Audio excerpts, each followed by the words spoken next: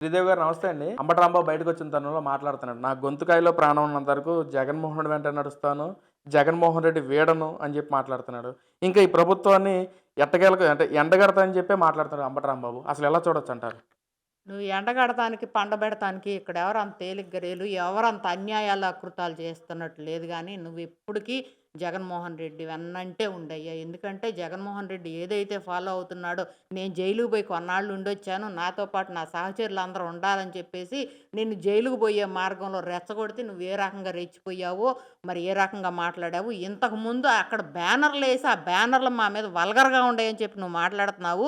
ఇంతకుముందు పవన్ కళ్యాణ్‌ని మరి లేకపోతే చంద్రబాబు నాయుడు గారిని గాని, ఏ రకంగా అయితే నరకాసురుల్లాగానో మరి ఆ రకరకాలుగా బ్యానర్‌లేస్తే ఆ రోజు ఎవ్వడికి మాట రాలా. ఆ రోజు ఎవ్వరికి కోపతాపాలు లేవు. నిజంగా మాట్లాడాలంటే తెలుగుదేశం వాళ్ళనే తిట్టాలి. మీకు చీము నెత్తురు లేక చచ్చిపోయిందన్నట్టని మాకు మేము తిట్టుకోవాలనని భావిస్తున్నాము. మరి ఏ రకంగా అయితే మరి అమరావతి రైతులు ఇటు అరసవల్లి పాదయాత్ర చేస్తున్నప్పుడు బ్యానర్లు కట్టి మే వ వ వస్తే ఎగరేస్తాంతామని చెప్పి ఏ రకంగా ఆయన బ్యానర్లు కట్టారో, మరి ఆ రోజు కూడా మాకు చీము నెత్తురు లేదు. మరిప్పుడు ప్రస్తుతానికి నీకు మాత్రమే ఉందయి. నువ్వు మాత్రమే ఉప్పు, కారం తింటున్నావు. అందుకని చెప్పి నీకొస్తాయి గాబట్టి, నువ్వు పాపం జగన్మోహన్ రెడ్డి వెన్నంటే ఉండు. ఎక్కడికెళ్ళొద్దు. మరి ఆయన బెంగుళూరు ప్యాలెస్‌కెళ్తే ప్యాలెస్‌కెళ్ళు. మళ్ళీ ఎక్కడుంటే అక్కడుండు. మరి ప్రస్తుతానికి ఏదన్నా తేడాలు జరిగితే జైలుకెళ్తాడు. నువ్వు గూడా ఏదన్నా బాబాయ్ గొడ్డలపోటు, గుండెపోటు లాంటిది ఏదన్నా జూసి, నువ్వు గూడా తోడు పొమ్మని చెప్పి మేము మాత్రం సవినీయంగా కోరుకుంటున్నామనమాట. ఎందుకంటే మంచిని హర్షించలేరు మీ ప్రభుత్వం. ఏ రకంగా అయితే ఇయాల అమరావతి అభివృద్ధి చెందుతుందని నిన్నగాక మొన్న బిల్ గ్రేట్స్ వచ్చిపోతే ఏ రకమైన మాటలు మాట్లాడారో, మరి ఆయనంటే ఆఫ్టర్ ఆల్ అది కసాయి సాయి ఒకడుండాడనమాట. ఏ రకంగా అయితే నోటికొచ్చినట్టు వాడు, వీడు ఆఫ్టర్ ఆల్ నువ్వు వాడి ఆళ్ళ బిల్ గేట్స్ కాలి గోటికి గూడా సరిపోనోడివి నువ్వు ఏ రకంగా మాట్లాడుతున్నావో సూత్తన్నాం. మీరేంటా? మీ కల్చర్ ఏంటా? అని ప్రజలు కూడా బాగా గమనిస్తున్నారు. ఇప్పుడైతే ప్రజలు మిమ్మల్ని కూడా పట్టించుకునే స్థితిలో అయితే లేరు. ఏంటంటే మాకు ఉపాధి అవకాశాలున్నాయని చెప్పేసి మాకెక్కడ ఉద్యోగాలొస్తాయా? ఏం జేయాలా? మాకు ఇదేంటానని చెప్పి ఒక అవకాశాల కోసం ఎదురు జూస్తా ప్రజలు గూడా మిమ్మల్ని పట్టించుకోవట్లా. అప్పుడప్పుడు కామెడీ కింగుల్లాగా ప్రెస్ మీట్లు పెట్టి ప్రెస్ మీట్‌ల్లో వదులుతా ఉండారనమాట. మేమొస్తే మేము అట్ట చేస్తాం, ఇట్ట చేస్తాం అంటే మీ కౌంటర్‌గా ఏం జేస్తున్నారంటే మీరింత క్రితం ఏం జేశారో దాన్ని ట్రోల్ జేస్తున్నారనమాట. అయన్నీ ప్రజలకు బాగా అవగాహన అయింది. నువ్వేం చెప్పక్కర్లేదయ్యా. మరి కాకపోతే కొంత కుహానా నాయకులు అంటే కొంతమందనమాట. ఎవరో పేరుని నాని, అంబటి రాంబాబు గారు, మరి లేకపోతే ఇంకొంతమంది వాగుతున్నారనమాట. రోజా గారు నోటికి అద్దు పొద్దు లేదు.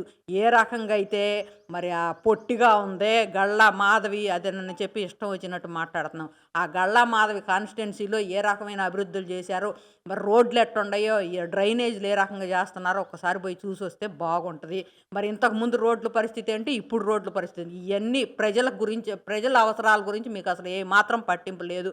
ఎంతసేపటికి మేమొకళ్ళం ఉండాము, మరి ఇట్టాంటియన్ని రాజకీయాలు చెయ్యకపోతే మేమనేది కనుమరుగైపోతామని చెప్పి ఇయాల శాసన మండలిలో గూడా ఏ రకంగా మరి వెంకటేశ్వర స్వామి బొమ్మలు తీసుకొనొచ్చి, చెప్పుల దండలు తీసుకొచ్చి, హిందూ మతాన్ని ఇప్పుడు దాకా కల్తీ నెయ్యితోటి అవమానించారని మేమనుకుంటున్నాం గానీ, అట్లా గాదు. ఇవాళ ఇంకా అవమానం జరిగినట్టే ఫీలయ్యి, మరి హిందువులందరూ గూడా చీము నెత్తురు సచ్చిపోయినట్టుగా మెదలకుండా కూర్చున్నారేమో నాకైతే అనిపిస్తుంది. మరి ఏ రకంగా అయితే హిందూ మతాన్ని ధ్వంసం జేయాలి, మరి ఆ కల్తీ నెయ్యి వలన మరి హిందువులకి పిల్లలు పుట్టకుండా గూడా ఉండే అవకాశాలు గూడా ఉండయని జెప్పేసి కొంతమంది శాస్త్రవేత్తలు చెబుతుంటే, మరి హిందుత్వాన్ని నాశనం జేయటానికి కంకణం గట్టుకున్నట్టు ఇయాల నువ్వు కల్తీ నెయ్యికి ఈ రకంగా పాల్పడ్డావు. ఇంకా పైపెచ్చు నెయ్యి మరి బటర్‌కి గూడా తేడా దెలియకుండా బటర్ ప్యాకెట్ తీసుకొచ్చి హెరిటేజ్ నెయ్యని చూయిస్తున్నావు. మీకంత మాత్రం అవగాహన అంటే ఉందయ్యా? చంద్రబాబు తన స్వలాభం కోసమే ఇందాపూర్ అనే సంస్థతో కమ్మక్కయ్యి హెరిటేజ్ ద్వారా నెయ్యి సరఫరా చేసాడు. ఆ నెయ్యి సరఫరా చేసిన తర్వాతే తిరుమల తిరుపతి దేవస్థానం లడ్డూ కల్తీ అని చెప్పి వైసీపీ నాయకులు ఆరోపిస్తున్నారు. నిన్న జగన్మోహన్ రెడ్డి గారు ప్రెస్ మీట్ పెట్టి మాట్లాడుతున్నారు. అందుకే మీరు ఎక్కడ బయటపడిపోద్దో మీరు తప్పు చేసింది మొత్తం అందుకే మీరు బయటపడిద్దన్న ఉద్దేశంతోనే మీరు చర్చకి రావట్లేదు. మండలిలో అందుకే దాన్ని తీసేస్తున్నారని చెప్పి కూడా జగన్మోహన్ మాట్లాడుతున్నాడు. అసలు ఎలా చూడొచ్చంటారు? మండలిలో చర్చకు రావటాన్ని నువ్వు నేను మాట్లాడుకోవటం లాగా లేదు. కేకలు ముందు రావడంతోటి ప్లకార్డులు ప్లే చేయటం అని చెప్పు, కేకలని చెప్పి మీరు మాట్లాడేదానికి ఎదటోళ్ళు చెప్పే సమాధానం ఇనే పరిస్థితుల్లో లేరు. మీకు మీరు మాట్లాడుకోవటం, అది చూసుకోవటం, పోవటం తప్పితే ఎంతసేపు ఉన్నా సరే ఎన్ని సార్లయినా మండలిని క్యాన్సిల్ ఇవాళ రద్దు చేయండి అని చెప్పేసి ఎన్ని లెటర్లు పెట్టారో మేము చూసాం. మరి ఏ రకంగా అయితే చేత్తన్నారో అయన్నీ గాకుండా మన ఎత్తులేం పారటల్లా. మరి అందుకని చెప్పేసి ప్రెస్ మీట్‌లో ఏ రోజుకి ఆ రోజు అసెంబ్లీలో ఏం జరుగుతుందని ప్రెస్ మీట్ పెడతానని చెప్పి మొన్న గప్పాలు పోయాడు.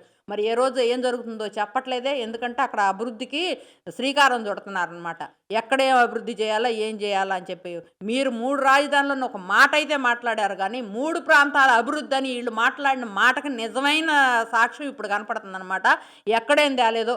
ఏమొద్దు ఒక్కసారి మామూలుగా చర్చకి ఒక వైట్ పేపర్ రిలీజ్ చేసి, చర్చకు మా టైంలో మేము ఇది తీసుకొచ్చాం. మీ టైంలో మీరేం తెచ్చారని చెప్పి క్వెషన్ చేస్తే, ప్రజలు కాదు, ప్రజలే సమాధానం చెప్పడానికి సిద్ధంగా ఉండారు. నాయకుల దాకా పోవక్కర్లా.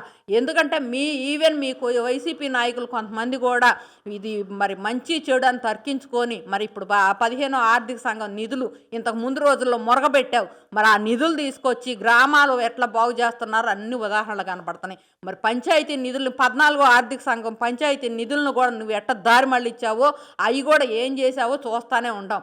మీరు ఈ రకంగా చేసినవన్నీ బయటికి వస్తాయి అని చెప్పేసి నన్ను అడిగితే ఈ తెలుగుదేశం ప్రభుత్వమే ఇంకా వీళ్ళకి టైం ఇస్తుందన్నమాట. అట్లా కాకుండా దేనికి దానికి త్వరితగతిన కనుక వీళ్ళకి అప్పచెబుతా ఉంటే మాత్రం వీళ్ళ నోళ్ళు మూతపడతాయి అని చెప్పి మేము అనుకుంటున్నాం. మరి ఏ కేసు కూడా ముందుకు పోయే పనే లేదు.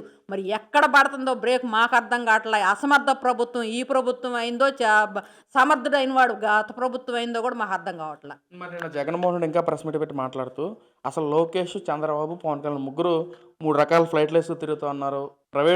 ప్రైవేట్వి ఉన్నవి, గవర్నమెంట్ తరపు కూడా ఉన్నాయి. వాళ్ళకి కావాల్సిన ఇదిగానే వాళ్ళు ఉపయోగించుకుంటున్నారు. ప్రజల సొమ్ముని బేపచ్చంగా వాడుకుంటున్నారు. ఇటు పక్కన లోకేష్ ఏమో పొద్దున పూట విజయవాడలో ఉంటాడు, మధ్యాహ్నం హైదరాబాద్లో ఉంటాడు, సాయంత్రానికి ఏమో మ్యాచ్లు చూస్తే క్రికెట్లు వెళ్తాను స్టేడియంలో ఎంజాయ్ చేస్తూ ఉంటాడు. ఆ మ్యాచ్ చూసే బదులు ఇంటి దగ్గరే టీవీలో చూస్తే సరిపోద్దు కదా, నేను కూడా టీవీలోనే చూసాను చెప్పి కూడా జగన్మోహన్ మాట్లాడుతున్నాడు. ఎలా చూడొచ్చు అంటారు? అయ్యా ఒక్కసారి మేము ఆర్టీఐ ద్వారా మేము కొంత వేస్తే దానిలో వచ్చిన విషయం ఏంటంటే, లోకేష్ ఫ్లైట్ ఖర్చులు చాలా వరకు తన ఖర్చులు తనే పెట్టుకుంటున్నాడు. ఇప్పుడు నా దుడ్డు నా ఇష్టం వచ్చిన చోటకు పోతాను, నా ఫ్యామిలీ తోటి నా భార్య పిల్లలతోటి నేను పోయి చూస్తున్నాను, నీకేంటని ఎదురు కౌంటర్ ఇయటం కూడా జరిగింది. దానికి సమాధానం లేదు. ప్రజలకు గుడ్డిగా ఒకటి అనేది మాత్రం ప్రజల్లోకి పంపించాలి, అదే ప్రజలు నమ్ముతారని అనుకుంటున్నారు. కానీ వీళ్ళు కూడా ధీటుగా సమాధానం ఇప్పుడు మరి లోకేష్ గారు బయటకు వచ్చి చెప్పడం జరిగిందనమాట. మరి ఎవరి కాళ్ళు మీరు కొంతమందికి పదవులు ఇస్తానన్నా కూడా ఆ పదవులను కూడా మాకు వద్దు అని చెప్పి మీరు ఇచ్చేశారు. మరి వాళ్ళు ఏ రకంగా అయితే మీరు చేస్తున్నారో, నేను ఇంట్లోనే కూర్చొని చూశాను అని చెప్పి నువ్వు మాట్లాడుతున్నావు. నిజమే, నీకు అన్ని ఇంట్లో కూర్చొని చూడటం అయితే బాగా ఇది. పోయినసారి త్రిపులార్న గారిని మరి జైల్లో పెట్టి అది స్టేషన్కి తీసుకెళ్ళి కొడతాం, ఆయన కాళ్ళు వాతలు పట్టడం ఇవన్నీ చూసావు.